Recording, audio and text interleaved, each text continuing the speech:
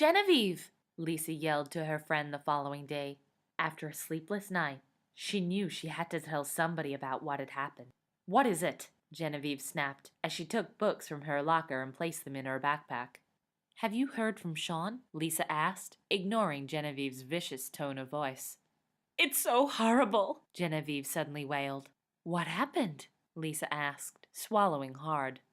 The police search turned up nothing but, Genevieve choked back a sob, a torn, bloody collar from his jacket. I think I know what happened to Sean, Lisa said slowly. Genevieve's eyes went wide. Oh, Lisa, tell me. He's been bitten by a vampire, Lisa whispered after moving closer to Genevieve. Genevieve stepped back and looked at Lisa as if she was crazy. A vampire? She asked slowly. Yes, Lisa nodded solemnly. Suddenly, Genevieve reached out and slapped Lisa. Ouch! Lisa cried, placing her hand gently on her face. Why would you do that? I can't believe you! Genevieve yelled.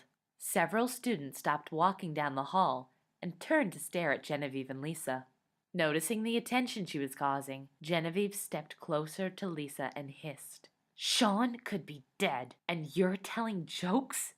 It's not a joke! I'm telling the truth! Genevieve shot Lisa a look of complete disgust. Do me a favor, Lisa. Stay away from me. With that said, Genevieve fled down the hall and to class. So what if Genevieve doesn't believe me? Lisa seethed. I know my parents will. That's nice, Lisa's mother said, after being informed that a vampire was attacking people in Fall Valley. Nice? Lisa cried in confusion. It's not nice. It's deadly. Deadly, did you say? Lisa's mother questioned, while flipping through the mail. Yes! Are you feeling okay? Yes, Lisa repeated, this time in a much calmer tone.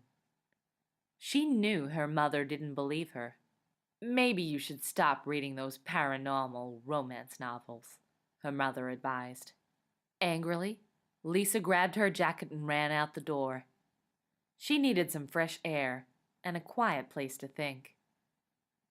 Lisa contemplated calling Jeff and telling him about her startling discovery. Even though they'd only known each other for less than a week, they had spent numerous hours on the phone. Lisa felt like she knew Jeff well, and had even developed a serious crush on him. However, she knew the chances of Jeff believing her story were slim to none. Lisa looked up as the moon rose high in the sky. She shivered upon realizing her thoughts about Jeff had led her far from home. Lisa had just turned around when she saw a familiar figure lurking in the dark. She quickly realized, however, that this person was shorter than the one she'd seen last night. Lisa sank into the protection of her own darkness as she watched the mysterious figure walk down the dark side of the street. Oh no, Lisa moaned as the figure crept towards a house and peeked inside. She was relieved to see him quickly abandon the house and begin hurrying down the street. Lisa struggled to follow the figure, who was walking at an unusually fast pace. She soon found herself running until the figure stopped in front of the abandoned animal shelter. What in the world? Lisa thought in bewilderment. She had adopted 3 cats from the animal shelter and had even volunteered there. However, that was a long time ago. The shelter had been abandoned for 3 years now. Suddenly, the figure flew high in the air and entered through a window. Lisa stared at the scene in shock. They must be vampires, Lisa concluded. I have to find a way into that building and destroy them. Lisa explored the exterior of the animal shelter, looking for anything that could help her gain access. Luck was definitely on her side as she spotted an old ladder lying against a dumpster. I can't believe I'm doing this, Lisa thought as she hoisted the ladder against the wall and began to climb. They'll suck my blood dry. When Lisa reached the top of the ladder, she peered in and almost screamed. There, right before her eyes, were dozens of vampires. All the vampires were tall and wore a cape. Since the candles inside the building and the moon outside were the only sources of light, Lisa couldn't see the finer details of the vampires. Although the vampires were a frightening sight, the humans locked in animal cages were even more terrifying. Quickly, Lisa climbed down the ladder and put it against the dumpster. Then she ran home as fast as she could, all the while thinking about the human prisoners.